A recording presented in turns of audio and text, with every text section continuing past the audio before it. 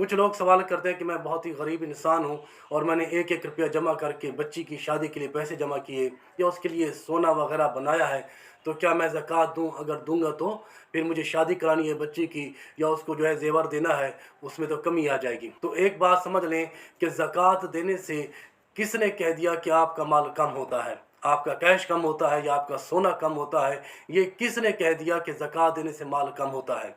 दरअसल बात यह है कि दुनिया की मोहब्बत और दुनिया की ख्वाहिशें हमारे दिल में घर कर गईं और अल्लाह पर जो तवक्कुल है और अल्लाह पर जो यकीन है वो ख़त्म होता जा रहा है। अल्लाह के महबूब की कसमों पर एतमाद हमारा जाता जा रहा है। इसी वजह से हमें लगता है कि अल्लाह की राह में अगर हम खर्च करेंगे और अल्लाह के बताए हुए तरीके पर अगर अपना माल खर्च करेंगे तो वो कम हो जाएगा। हालांकि ऐसा नहीं है। अल्लाह ताला क्या फरमाता है, अगर तुम मेरी राह में खर्च करोगे तो मैं तुम्हें दुगना दूंगा, तुम्हें बढ़ा चढ़ा कर दूंगा, तुम्हारे माल में बरकत डाल दूंगा। अल्लाह तो ये फरमा रहा है। और अल्लाह का महबूब कसम खा कर क्या फरमाता है, आका अलैहिस्सलातु वस्सलाम ने कसम खा कर फरमाया, लोगों मैं कसम खा कर कहता हूँ सदका से माल घटता नहीं है, माल बढ़ता है।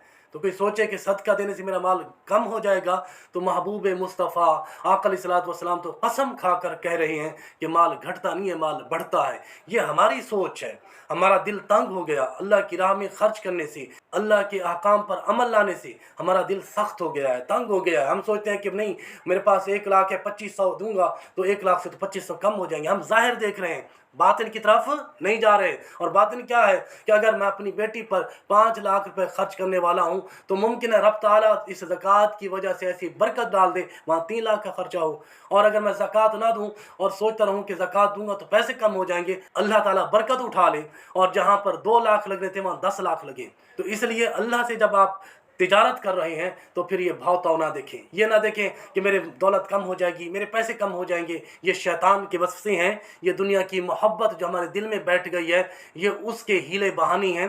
रब ने जो हुक्म दिया है, रब के हुक्म को माने, इससे कोई फ़र्क नहीं पड़ता। इस सोच में आई नहीं कि माल आपका कम हो जाएगा, माल जो है ना आपका घट जाएगा, माल आपका जो है थोड़ा हो जाएगा, इस सोच की तरफ नहीं है। थोड़े माल में अल्लाह ताला बरकत डाल देगा, थोड़े माल को अल्लाह ताला बढ़ा देगा। लेकिन अगर आप उसको जमा करते रहे, सीने से लगाए रखा और ज़कात ना दी, अल्लाह ताला उसी को अज़ाब बना देगा, उसी को आग बना देगा, उससे बरकत उठा लेगा। इसलिए गरीब हो अमीर हो, जब वो साहिब निसाब हो गया तो अब ज़कात उस पर फ़र्ज़ है। अब रहा ये मसला कि आया वो शख्स जिसने एक एक रुपया जमा करके पैसे जमा किए और या फिर सोना बनाया, वो ज़कात किस तरह देगा? तो उसकी दो सूरतें। तो एक सूरत तो यह है कि वो कैश और वो सोना उसके पास है और जब से वो साहिब निसाब हुआ है, यानी उसके पास अगर दीगर और भी चीज़ें थीं, और भी माल तिजारत था, उसको मिलाकर जब से वो साहिब निसाब हुआ तो उससे लेकर 1 साल गुजरने तक अगर वो उसी तरह साहिब निसाब है तो ज़कात देगा। दूसरी सूरत यह है कि वो सोना या कैश अपनी बच्ची के नाम कर दे और उसी को उसकी मिल्कियत में दे दे और उसमें फिर खुद तसर्रुफ ना करे, बल्कि बेटी को दे दे, उस बच्ची को दे दे। अब अगर वो बच्ची नाबालिग है तो ज़कात फ़र्ज़ नहीं होगी, और अगर वो बालिग है तो फिर उसका देखा जाएगा कि और भी उसके पास कोई निसाब है या नहीं। अगर उसके पास और कोई निसाब नहीं है, कुछ नहीं है, वही सोना आया, वही चांदी आई जो बाप ने दिया, तब भी उस पर ज़कात नहीं होगी। हाँ, अलबत्ता अगर उस लड़की के पास, उस बच्ची के पास और भी उसके अलावा कोई कैश मौजूद है या सोना मौजूद है, चांदी मौजूद है, तो फिर साल गुजरने के बाद अगर वो निसाब को पहुंचता है तो फिर उस पर ज़कात फ़र्ज़ होगी।